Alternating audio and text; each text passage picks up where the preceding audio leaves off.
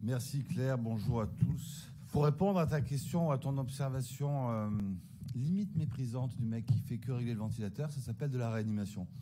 Et en plus, j'avais fait mon DEA, parce qu'à l'époque, ça s'appelait pas DM2, c'était DEA dans le labo de Jérôme à Saint-Étienne sur la mobilité. Donc c'est des vieux souvenirs. Mes liens d'intérêt sont des liens, il n'y a pas de conflit. Puis il n'y a rien de très spécifique avec ce topo-là. Avec l'industrie et avec une application qui permet de faire des aides cognitives et du micro-learning que je développe, que je vous invite à aller voir sur le village des startups. Donc le titre qui m'a été donné, c'est prise en charge de la dysfonction musculaire, place de la mobilisation précoce, électrocyme, cycloergomètre, cellules souches. Ça m'emmerde, moi, qu'on m'écrive ce qu'il faut que je dise quand je dois faire un topo. Donc j'ai supprimé, j'ai dit prise en charge de la dysfonction musculaire, point. Je trouve ça insupportable qu'on vous dise il faut que tu parles de ça, quoi. Bon, après, comme c'est des copains quand même qui ont fait le sujet... Tu vas arrêter de râler, là ? Faut faire un effort, quoi. Donc tu vois, j'ai fait un effort, je l'ai remis. Je vais quand même essayer de rentrer dans les clous de ce qui est demandé. Et donc, on part du principe qu'il y a une dysfonction musculaire. Parce qu'on me dit, tout aura été dit avant. Effectivement, ça a été dit, ça a été très bien dit. On sait pourquoi il y en a et on sait en faire le diagnostic à ce stade. Donc, qu'est-ce qu'on fait une fois qu'on a des dysfonctions musculaires ? On va essayer de regarder les sous-titres qui m'ont été donnés. Donc, j'ai commencé par cellules souches. Et là, il y a une sorte de doute. Je me suis mis sur PubMed, j'ai tapé ICU Weakness et Stem Cell, et il n'y a rien, c'est le néant. Donc, je me suis dit, t'es nul, tu n'arrives pas à trouver les mots-clés. Et en fait, il n'y a rien. Alors, si on cherche un peu plus, il y a un peu. C'est-à-dire qu'il y a un papier qui est un papier français, c'est l'ancienne équipe de Fabrice Chrétien, qui a montré quoi ? Qu'en cas de sepsis, il y a une atteinte mitochondriale qui existe, qui est réelle, et que probablement on peut un peu la limiter en jouant avec les cellules souches. Papier magnifique que je ne commenterai pas parce qu'on va y passer une demi-heure, mais ça reste très préliminaire. C'est dire il y a quelque chose et peut-être que si on le module un peu, c'est mieux. Si on avance un peu plus, il y a autour de la sarcopénie du patient âgé. Joël, je dis pas ça parce que tu as parlé de sarcopénie et que tu es devant. Hein. C'est juste que le papier est sur la sarcopénie du patient âgé, mais c'est de la souris. On est quand même très très loin de ce qui nous intéresse ou ce qui fait notre quotidien. En fait, il y a de l'espoir. Et on se dit que peut-être ce sera une solution dans les années qui viennent, qu'il y a probablement des gens, des intellectuels du muscle comme Jérôme qui bossent là-dessus et qui proposeront des choses dans le futur. Mais aujourd'hui, c'est le néant. Aujourd'hui, c'est le néant. Il y a une idée de physiopathologie. On est très très loin de la prise en charge. Donc, est-ce qu'il faut parler d'électroscopie à ce stade-là, ou est-ce qu'en fait, non, j'arrête à l'idée d'essayer de répondre à vos questions, je vais faire ce que je veux, ce sera plus simple, je préfère. En fait, le problème, il est assez simple, à mon avis, c'est que, est-ce que vous trouvez qu'il ressemble à Jérôme Morel ? C'est Nostradamus, hein, pour ceux qui l'ont pas reconnu. Et, pas du tout, hein, il ressemble pas à Jérôme. Quand on prend le parcours d'un patient de réanimation, et c'est ce qu'a dit Jérôme, la dysfonction musculaire, quand il parle de précoce, il ne parle pas de l'entrée, il dit c'est dans le cursus de réanimation. Et donc probablement que si on s'intéresse juste à ce qu'il faudrait faire une fois qu'on l'a diagnostiqué, qu'on est donc avancé dans le parcours de réa, c'est sûrement un peu trop tard. Et moi, ce qui m'intéresserait, c'est qu'on regarde ce qui se passe en amont. Et donc, est-ce qu'on peut prévenir la dysfonction musculaire des patients de réanimation? Il y a probablement un peu des idées. Effectivement, le muscle n'est pas l'organe priorisé par l'organisme. Quoique, on peut se demander si l'hyperlactatémie, dont c'est essentiellement de la production musculaire dans les états d'agression, c'est pas un mécanisme de protection et que le muscle ne travaille pas pour le reste de l'organisme. Le cerveau n'est capable de bouffer que du glucose ou du lactate. S'il n'y a plus trop de glucose parce qu'on est en état de choc avancé, il reste que le lactate. Mais donc, ce n'est pas prioritaire. Néanmoins, on sait que pour éviter la dysfonction, il faut être dans des conditions d'homéostasie pas trop délirantes. C'est assez fragile, en fait, le muscle. Et ça n'aime ni l'hypermobilité, ni l'absence de mobilité. Et c'est assez sensible aux variations du milieu intérieur qui est autour, et notamment du lactate. Donc essayons, si on veut prévenir la dysfonction musculaire, peut-être de nous mettre dans des situations à peu près correctes pour le muscle. La première, qui est assez triviale, c'est le contrôle de la glycémie. Et le contrôle plutôt strict de la glycémie. Le problème, c'est que ça fait dresser les poils de tous les réanimateurs, ça. On nous a tellement tapé dessus au début des années 2000, tous les papiers de l'équipe de Grete Van den Berg sur il faut faire 0,8, 1,1 en glycémie, et que c'est juste infaisable. Et que ça tue probablement des patients quand on fait ça parce qu'on n'arrive pas à les tenir à 0,8, 1,1, on fait de l'hypoglycémie. Qu'on a mis un peu le couvercle sur la cocotte en se disant stop, là ça suffit, le contrôle de la glycémie. En fait, c'est juste le préambule de la prévention de la dysfonction musculaire, c'est de contrôler la glycémie de nos patients. Et laisser des patients à 10 millimoles de glycémie, c'est hérétique si on veut éviter qu'ils se réveillent avec une atteinte musculaire monstrueuse. Toutes les données, même si les princeps viennent de l'équipe de Louvain, toutes les données vont dans ce sens-là. Il faut contrôler la glycémie des patients, c'est fondamental. On reviendra là-dessus un peu plus loin. Peut-être qu'en termes de stratégie de prévention, on pourrait s'intéresser à la nutrition. C'est une vraie bonne idée, mais c'est un peu une fausse bonne idée. Disons que ce n'est pas aussi simple que ce qu'on voudrait. Globalement, quand on regarde la nutrition, il faut éviter de ne pas nourrir les patients. Ça, c'est assez trivial, on y pense tous. Mais probablement qu'il faut laisser un peu d'hypercatabolisme au début et d'autophagie, qui permet de stimuler le muscle et donc probablement de limiter la destruction derrière. Donc on est un peu dans cette zone mouvante où, et c'est ce que disent un peu les derniers recos sur la nutrition, il ne faut probablement pas nourrir sur les 24-48 premières heures quand le patient est très agressé et montrer progressivement pour arriver à un niveau élevé et sûrement avec des protéines plus tard. Il n'y a pas de preuve de ce que je vous dis en termes de diminution de l'atteinte musculaire en réa. Il y a quand même un rationnel qui est plutôt fort, mais qui est encore assez hésitant à ce stade-là. Je pense que Emmanuel Pardo, qui est bientôt MCU à Saint-Antoine et qui est PhD student sur Sorbonne, devrait nous donner des réponses assez rapidement sur ce qu'il faut faire là-dessus. Donc, contrôle de la glycémie, nutrition. L'étape d'après, c'est de se dire, si on manage mieux la sédation, on devrait limiter l'atteinte musculaire. Et là, on est à peu près tous d'accord pour dire, baissons la sédation de nos patients. C'est la révolution des 25 dernières années de la réanimation, de dire quand on arrête de sursédater les patients, on diminue la durée de séjour, on diminue les complications, on diminue plein de choses. Là-dessus, je pense que tout le monde est d'accord, que ce n'est pas discutable. Les deux dernières indications de sédation profonde étant le cérébrolésé avec HTIC, ce qui n'est pas discutable parce que c'est thérapeutique. Tu es d'accord, le cérébrolésé avec HTIC, il faut, ça on ne peut pas enlever. Et le SDRA. Et là, juste pour challenger mon ami Joël, je pense que c'est une connerie, que la plupart des SDRA, on n'est pas obligé de les plomber, mais c'est une autre discussion qu'on aura, si tu veux, une autre fois. Vous êtes tous d'accord là-dessus ? Je pense que personne ne va dire que de baisser la sédation agresse le muscle. Ça veut dire quand même que tous les autres patients, à part l'HTIC et les RDS, il n'y a pas besoin de sédation profonde. Et donc ça, c'est la vraie révolution est là. Donc personne n'est opposé à cette stratégie ? Ok. Je vais vous poser une autre question. Dans la vraie vie au quotidien, qui utilise du cisatracurium ou des curares pour les patients en ARDS qui ont P sur F inférieur à 150 ? Allez-y, n'ayez pas peur. D'accord. Donc, il y a des preuves. Laurent Papazian, 2010, Acurasis. Elles sont molles les preuves quand même. Quand on regarde Rose, qui est la même étude faite 10 ans après,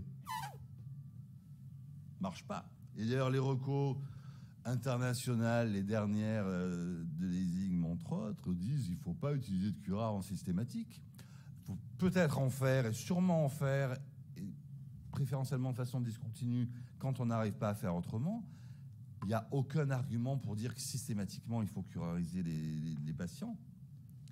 Et ce qui était sorti d'Acurasis, c'est ça fait rien sur le plan neuromusculaire. Ouais, c'était NS sur le MRC. Mais enfin, c'était dans la zone totalement grise du MRC. Ça a permis de dire à Laurent que il n'y avait pas d'atteinte. Un peu des doutes quand même. Donc probablement qu'il faut aussi qu'on avance là-dessus. Le niveau de preuve n'est pas très important, il est indirect sur la baisse de la sédation et l'intérêt. C'est sûrement le stade d'après qui est « il faut mobiliser ». J'ai cru qu'il allait me faire le topo, Joël Cousson, tout à l'heure. Mobilisons nos patients, c'est fondamental. Pourquoi? Alors, il y a un vrai rationnel. Il y a un vrai rationnel physiologique de dynamique d'équipe, de well-being. C'est bien la mobilisation des patients. On sent que ça fait avancer dans le bon sens. Le rationnel, il est là. Thomas Pesquet, avant d'aller en réanimation, déjà, aller pour les jeter, c'est lourd ce qu'il envoie. C'est pas tous nos malades qui font ça avant de venir chez nous. Thomas Pesquet, dans la station, tous les jours, 2 heures de footing, bon, attaché parce que sinon il s'envole, mais tous les jours il court. Thomas Pesquet, à la sortie de 6 mois de station, il est porté. Il est porté parce qu'il n'est pas capable de marcher. Le mec, il court tous les jours 2 heures, il n'est pas foutu de marcher quand il redescend. Pourquoi? Parce qu'il y a une vraie atteinte des muscles antigravitaires qui se créent. Et cela, ce n'est pas en courant qu'on les améliore.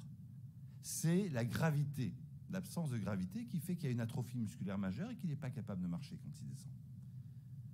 Si on va un peu plus loin, bon, donc, tous les muscles antigravitaires sont atteints, même les muscles de la mâchoire, et regardez-le, on a l'impression qu'il sourit. Mais vous croyez que ça le fait sourire? Il vient de traverser l'atmosphère, de descendre sur Terre, il est porté par 4 mecs parce qu'il ne peut pas mettre le pied par terre. C'est pas qu'il sourit, c'est qu'il a la bouche ouverte, il n'a plus de muscles antigravitaires. Ah, il est comme ça. Comme les morts quand ils sont fort fermés. Donc il y a une vraie atteinte. La question, c'est y a-t-il un rapport entre une chambre de réanimation, une de chez moi, et la station internationale? On peut discuter. Je crois qu'il y en a un. Alors c'est un niveau de preuve indirect que je vais vous sortir. Regardez cet appel à projet qui est lancé par la clinique aérospatiale à Toulouse. Ils payent 18 000 €.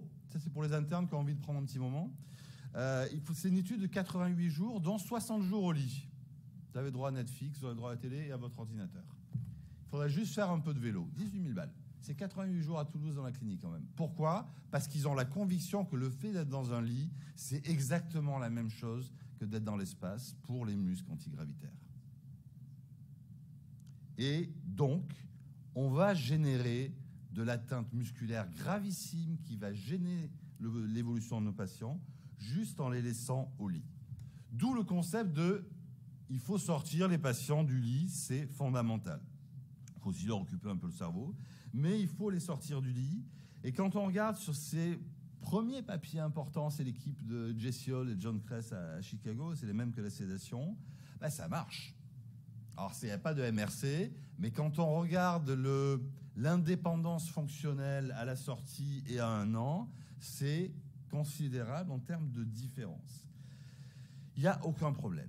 Il y a même une validation par cette équipe-là, j'adore ce papier, parce qu'on pourrait dire, ouais, c'est un peu du pipeau, leur indépendance fonctionnelle. Regardez ce qu'ils ont fait, c'est une analyse en sous-groupe de l'ensemble de leur cohorte. Ils ont regardé l'association de l'ICU weakness avec le contrôle de la glycémie, et notamment le fait de mobiliser les patients avec la dose d'insuline administrée pour avoir une normoglycémie. Et ils se rendent compte que chez les patients qu'on mobilise, on diminue par 2 la quantité d'insuline administrée aux patients pour avoir une cible correcte. Probablement que mobiliser aide à rentrer dans la target de Grete Van den Berg sans massacrer les patients à grands coups d'insuline. Parce que ça limite l'insulinorésistance et ça génère probablement un peu d'insuline. Je trouve assez génial cette analyse. Ça vient asseoir un peu plus leur concept.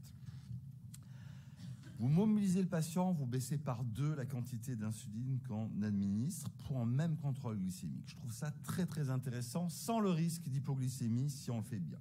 Tout ça a mené au Rocco-Padis international, puisqu'endorsé par la SFAR, par la SRF, Jean-Paul aussi. Je crois que même si ce n'est pas endorsé au tampon, on est à peu près tous d'accord pour dire que ce sont des recos qui tiennent la route.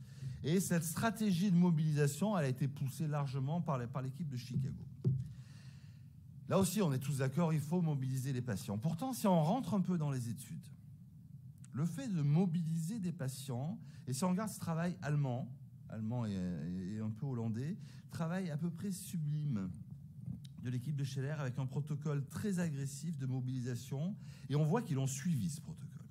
C'est-à-dire qu'ils ont mobilisé les patients, ils sont allés de plus en plus loin en termes de stratégie de mobilisation et de réhabilitation. Ils font hyper bien. C'est-à-dire qu'ils ont réellement bougé leurs patients, il n'y a pas de doute. Et plus il était compliqué de les bouger, c'est-à-dire plus on était à un stade élevé de mobilisation, plus il y avait de différence entre les deux groupes. Et en faisant ça, ils montrent qu'ils ont une différence très, très, très significative sur l'indépendance fonctionnelle à la sortie de réanimation. Mais c'est trivial. CNS sur le MRC, mais ça vient valider que c'est quand même un peu de la merde, le MRC. Et donc, on est tous hyper contents. Il reste un peu moins de temps à l'hôpital, un peu moins de temps en réa, tout est bien. Mais regardez la mortalité, c'est 16% dans le bras interventionnel, 8% dans le bras traité. Bon, CNS, hein.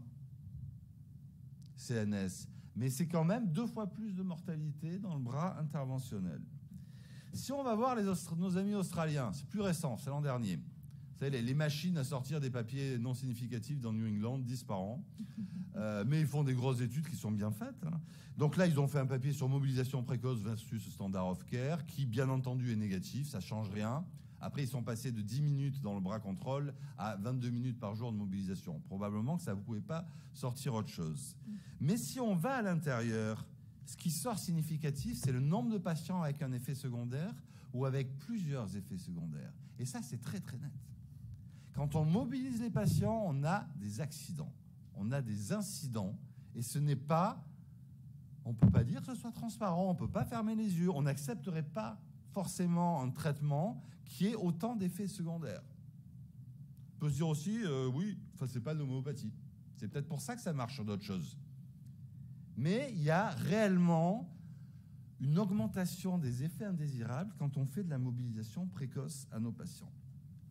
Donc, est-ce qu'il faut continuer? Est-ce que c'est pas un effet mode? Moi, quand j'étais petit, les patients en réa, ils bougeaient pas. Ils étaient dans un lit, ils étaient à plat et ils tombaient pas du lit. C'était exceptionnel. Quand on les mobilise, on a un peu plus d'effets indésirables.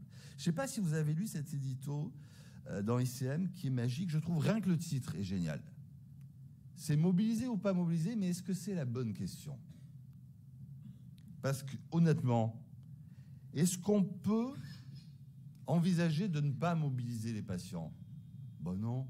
Regardez ça, ça vient d'être publié dans Lancet Respiratory. C'est encore l'équipe de John Kress. Jesse Hull est à la retraite. 8 ans d'inclusion monocentrique. Donc il y a des limites dans cette étude. C'est pour ça qu'elle n'est pas dans New England, mais je trouve ça quand même très élégant. Pas de tendance sur la mortalité, enfin pas de modification sur la mortalité selon qu'il y ait une stratégie agressive de réhabilitation ou pas. Par contre, quand on regarde les outcomes qui parlent, comme l'altération cognitive à 1 an, on passe de 43% dans le bras contrôle à 24%. Alors, je ne sais pas ce que ça fait sur le muscle, mais sur le cerveau, ça marche. Quand on regarde les ICU weakness, en réa, ça marche. Le fait d'avoir une atteinte musculaire est largement diminué quand on fait bouger les patients. Quand on regarde à 1 an, ils ont encore un quart dans le bras contrôle qui a une atteinte musculaire à 1 an, 0% dans le bras interventionnel.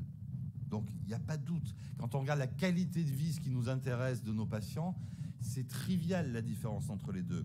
Pourtant, même dans cette équipe hyper entraînée depuis 20 ans, avec des ressources en kiné qui sont démentes.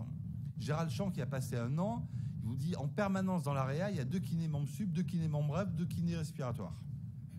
Tous les jours. Il rajoutait d'ailleurs quand ils font marcher un malade, on le sait parce qu'il y a CNN qui arrive la veille pour mettre les caméras. Mais ça, c'était il y a 20 ans. Donc même dans une équipe hyper entraînée, ils ont des effets adverses de la mobilisation précoce. Et probablement, c'est comment est-ce qu'on mobilise? Qui est-ce qu'on mobilise? Je crois qu'il n'y a aucune réanimation qui est subventionnée par les grues potins en France. Et que ça me semble relativement débile d'un patient qui n'a pas de tonus axial, de le prendre avec la grue, de le béner sur le fauteuil, de le regarder glisser, de l'attacher sous les bras, tenu par la sonde d'intubation, et de dire « Ah ben non, au bout de 5 minutes, on va le remettre au lit ». Ça démotive les équipes, ça sert sûrement à rien pour le patient, et peut-être qu'il faut commencer par les asseoir au bord du lit. et travailler sur le tournus sexuel, leur mettre les pieds par terre pour qu'il y ait de la stimulation proprioceptive, qui est une vraie stratégie. En fait, comme c'est facile pour les docteurs, on a tous dit il faut mobiliser. C'est quand même pas nous qui levons beaucoup de malades, même si des fois on donne des coups de main. C'est pas nous qui levons. Donc il faut sûrement une vraie stratégie et il faut personnaliser cette approche de mobilisation. Comment on mobilise, à quel moment, le plus tôt possible, je suis entièrement d'accord, mais sur quelle stratégie? Et probablement que l'effet New York Times, il faut faire marcher les malades dans la réa, ventiler, etc. Ouais, enfin, c'est quand même très cosmétique. Il y a plein de choses à faire en amont. Joël, SDRA, 180 P sur F, en VSAI, au fauteuil. Bon, c'est pas des mots croisés, c'est des mots fléchés. Mais quand même, il y a un début, on peut faire. Et peut-être qu'on peut mettre effectivement le vélo d'emblée, avec un peu d'assistance, mais ça leur fait du bien moral, à la condition qu'on gère proprement la sédation. Peut-être que juste lutter contre la gravité, ou avec une petite haltère Décathlon à 1,20 €, c'est déjà pas mal quand on se réveille de 15 jours de choc septique avec la fistule, les trucs qui coulaient de partout et qu'on a 75 ans. C'est déjà un bel effort. Alors ça ne fait pas Paris Match ni New York Times, mais c'est une augmentation stratégique de la prise en charge de ces patients. Et donc cette dysfonction musculaire, la mobilisation est probablement l'élément clé pour la limiter, mais pas toute seule. Ce n'est pas possible, c'est difficile. Alors, juste pour essayer de répondre quand même aux questions, qu'est-ce qu'on fait de la stimulation électrique? On peut en faire des choses. Quand on pense électrostimulation, on pense à ça parce qu'on voit des pubs depuis qu'on est tout petit sur l'électrostim. Non, hein, quand c'est en réa, c'est hyper moins sexy. C'est beaucoup plus compliqué. Mais quand on regarde, il y a un peu des données quand même. Et qui montrent quoi? Qui montrent que quand on fait de l'électrostimulation, chez des patients qui ne sont pas trop atteints, pas trop bourrés d'œdème, on arrive à limiter la perte musculaire. On n'en gagne pas. Mais on freine un peu sur les muscles stimulés, bien entendu, pas sur les autres. Ce qui est une vraie limite. Mais il y a déjà un effet. C'est probablement très intéressant. Je pense qu'il faut faire ça par des gens qui savent faire. Notamment chez nos malades qui sortent de phase aiguë ou qui sont en phase aiguë, qui ont plein d'œdème, parce qu'on sait qu'on a une réponse qui est moins bonne, déjà du muscle, et qui est gênée par tout ce qu'il y a autour. Et il y a des risques de stimulation à des niveaux qui sont dangereux, à des niveaux musculaires qui sont dangereux. Or, à ma connaissance, il n'y a pas de règle claire édictée pour dire il ne faut pas stimuler au-dessus de tel niveau ou il faut s'adapter au patient. Donc, je crois que c'est comme la mobilisation, ce n'est pas complètement anodin. Pourtant, quand on regarde dans les méta-analyses, il faut bien en citer quelques-unes de temps en temps, ça marche un peu sur le diamètre musculaire, sur la quantité de muscles, là où c'est stimulé. Ça ne change rien sur le séjour en rat, etc., mais on n'attendait pas. Si un électrostime, ça changeait la mortalité, ça se saurait. Il y a un papier, j'adore la méta-analyse sur un papier, qui dit que sur la qualité de vie, c'est mieux. Donc je suis allé voir quand même ce papier, qui n'est pas du tout inintéressant, l'équipe de Campos. Et qu'est-ce qu'ils ont fait dans ce papier? Ils ont fait un truc qui est assez bien, donc il marche, il y a une vingtaine de malades, une quarantaine de malades par bras. Mais regardez juste le titre. En fait, déjà, ils ont associé l'électrostime à la mobilisation. Et ça a un peu plus de sens de dire il faut grouper. Et quand ils font les deux, ils font un peu mieux dans le bras qui ont plus de la mobilisation à l'électrostime. Bon, ils ont fait l'électrostime uniquement sur les quadriceps. Donc c'est sur les quadriceps que c'est mieux. Mais sûrement, on en discutait hier avec Jérôme, que ça doit aider. Après, c'est 1 heure par jour, 5 jours par semaine. Il faut quand même le faire. Hein. C'est pas anodin, il faut du monde. Mais ça a du sens. Ce que j'aime bien dans l'approche de l'équipe de Campos, c'est qu'ils ont associé électrostime et mobilisation. Et peut-être on peut aller plus loin et se dire, si on mettait un peu de nutrition avec ça, un peu d'électrostime, de mobilisation et de nutrition, ça marche. Alors c'est pas transcendant. Il faut arrêter de penser qu'il y a une intervention qui va changer la vie de nos patients, mais c'est plutôt mieux sur le plan musculaire, c'est mieux sur le plan cognitif, ça a du sens.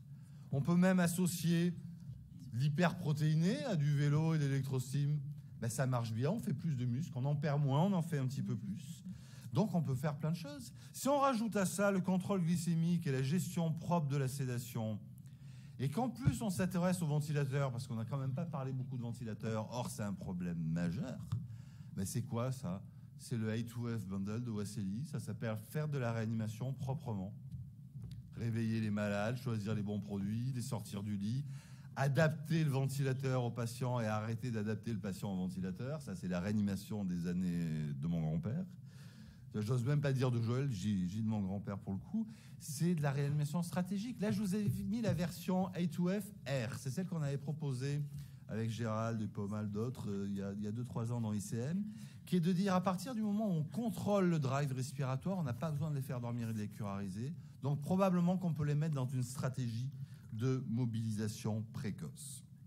Une fois qu'elle est établie, Jérôme l'a bien dit, je crois qu'il n'y a rien de plus à faire que tout ça, mais c'est plus long, c'est plus difficile, et on sait que ça va durer, et la place des MPR est plus importante. Donc pour conclure sur les questions qui m'avaient été posées, et donc sur la dysfonction musculaire, moi j'ai la conviction que c'est quand même un peu une question de sévérité des patients. Plus ils sont graves, plus ils en font, c'est trivial, mais c'est aussi, et je crois que c'est ce qui est plus important, un reflet de la qualité de la prise en charge. Quand on fait de la réanimation de façon agressive, collégiale, multidisciplinaire, multiparamétrique, on arrive à réduire la dysfonction musculaire. Et ce qu'il faut faire, tout ce qui a été proposé dans le sous-titre, probablement, ce qui est clair, c'est que c'est une vraie question d'équipe multidisciplinaire. C'est ça la réanimation, c'est du multidisciplinaire au service du patient. Et ce qui est important, c'est comme dans le rugby. Il faut les fondamentaux. Et les fondamentaux, donc c'est la mêlée au rugby. En réa, sur l'ICU weakness, ça va être le contrôle de la glycémie, une gestion intelligente de la sédation et sortir les patients du lit. Ça, c'est les fondamentaux. Et peut-être qu'une fois qu'on a les fondamentaux, on peut se permettre de réfléchir à des choses un petit peu plus envolées, qui ont peut-être un sens pour les patients, qui font tout le spectacle du rugby en tous les cas. Je vous remercie de votre attention.